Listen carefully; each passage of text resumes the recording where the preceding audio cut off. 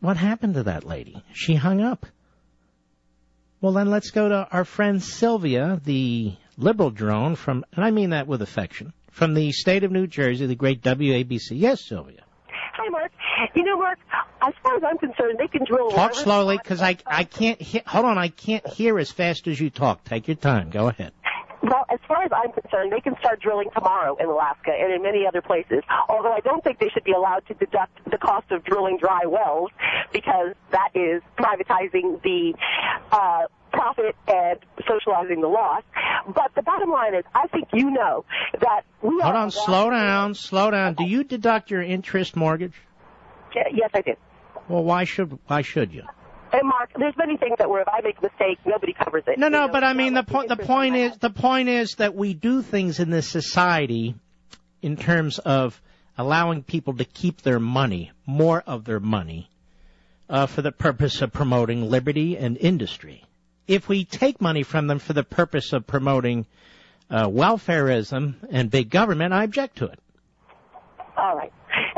Very good. So you support, socializing any losses? No, what I support, ma'am, is more energy for our country at a cheaper price and unleashing this industry. This industry is taxed, meaning us, so heavily. We're taxed at the pump. They're taxed when they transport it. They're taxed when they look for it. They have corporate income taxes, capital gains taxes, state income taxes. I can go on and on and on. They actually, in many cases, pay more in taxes than they're earning as a net.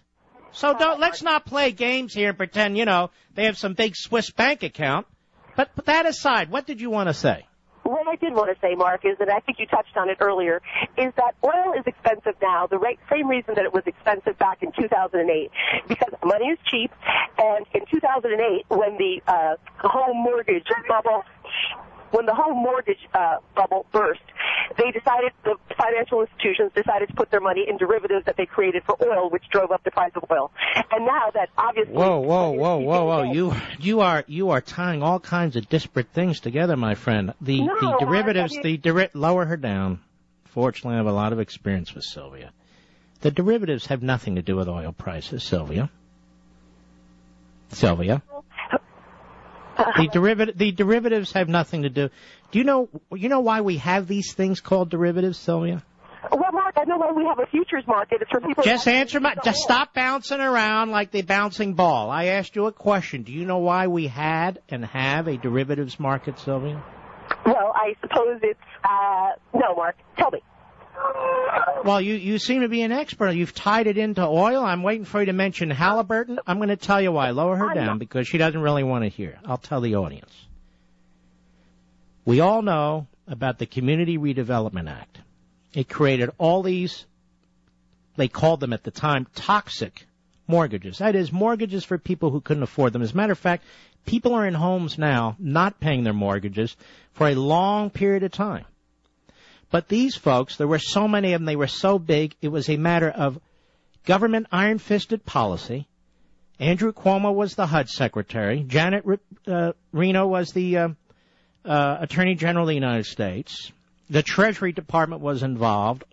The regulatory agencies involving banks were involved, and they called it redlining. If they wouldn't give loans to people who couldn't afford them, housing loans, they called it redlining. So they changed all the standards. We're talking about trillions of dollars in bad loans that were done intentionally. Now, what happened was, because really nobody was that interested in them, Fannie Mae and Freddie Mac packaged them up.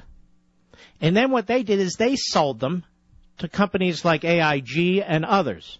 And what they did is they said, okay, now, so these are government-sponsored.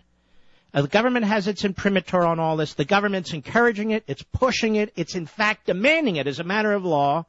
And they say, okay, now what we're going to do is insure these things. Basically, people are going to bet on whether they're going to get paid or not. This long train of ideologically driven abuses, created first and foremost by leftists in the federal government. Now, Sylvia wants us to believe that has something to do with oil companies. Go ahead, Sylvia. Mark, The oil issue is separate, but what you have just described conveniently leaves out the fact that all the major investment banks like Goldman Sachs and Morgan Stanley, et cetera, they were all in on it. They had a blast. We're pushing the lenders to make more of these reckless loans because the lenders were then just selling them off immediately. I'm trying to be very nice today. So why didn't the government agencies stop them? Why didn't they stop? Well, Mark, why doesn't the... I'm going to tell you why, Sylvia, because I'm going to tell you why, Sylvia, because they were promoting them.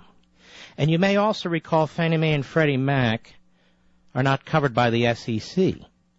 So here we have HUD, the Department of Justice, the Department of the Treasury, Fannie Mae, Freddie Mac, up to their eyeballs.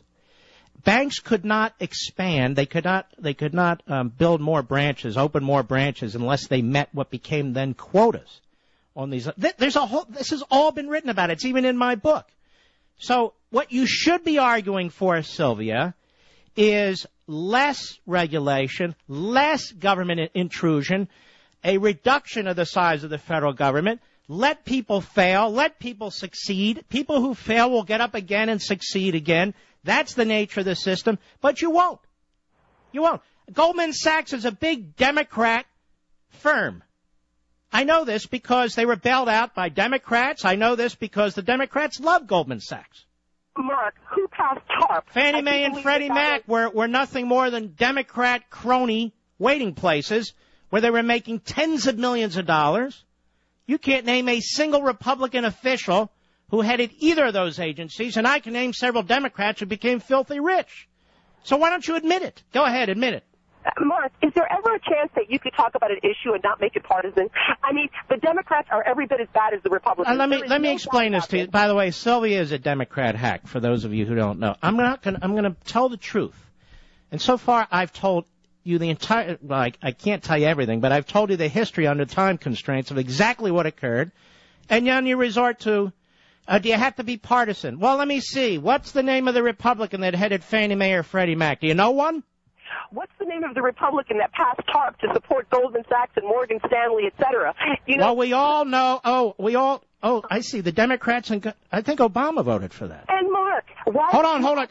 Quiet. I can't take it. Get out of here, you idiot. Oh my God. Doesn't matter what I say. It's like, people on cocaine or crack. They're bouncing all over. I can't deal with it. Well, let the other talk show hosts bleed that caller for a half an hour and tell you how smart it is. I can't take it. Weren't you getting a headache, Mr. Producer? She's always like that. Oh, my God. I have to tell her to slow down. Liberalism is the philosophy of the stupid. Do I have to ruin my program to prove it? I can have a whole conga line of Sylvias coming through here, giving them 5 minutes with them screaming and barking and, mental patients. Their incoherence is beyond belief. They act like we don't see what's going on. They act like there's no record. They advance this destructive agenda. Destructive. They're like locusts going through society. They're like Sherman going through Atlanta. And then when the damage is done, they look around, they say, we didn't do that. We didn't do that. I'll give you an example. They complain that we're never spending enough on social programs. Pick one, any of them. Any program. Pick any government domestic program. They always say we're not spending enough. That's why it doesn't work. Then we spend more, increase the deficit, and they say, Bush did the deficit. Reagan, you should see the deficit under Reagan. Excuse me? You clowns want to spend much more than any Republican presidents ever proposed. And then when it happens, because often you control Congress, you blame it on somebody else. Well, we're not deaf, dumb, and blind. We're not Helen Keller here. We see it. I'll be right back. Ladies and gentlemen, when the left destroys our economy, and it's not bipartisan, why should I say it is? Now, I have criticized Bush plenty. As a matter of fact, I said like Herbert Hoover and Liberty and Tyranny, I've said it on the air. He created the legal conditions, the policy conditions for Barack Obama. The first one to subsidize GM and Chrysler wasn't Obama, it was Bush. And he used TARP money to do it. And I said in my book, in my view, it violated the separation of powers doctrine, and he didn't have any authority to do it. Yet he did it.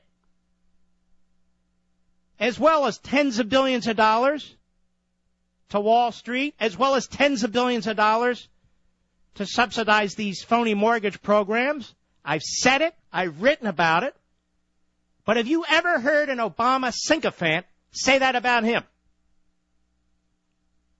Because Obama makes George Bush look like Milton Friedman. They won't give an inch. They won't give an inch. What they cannot do, and they will not do, is on the merits defend his record, because they can't. So they have to divert. They have to divert.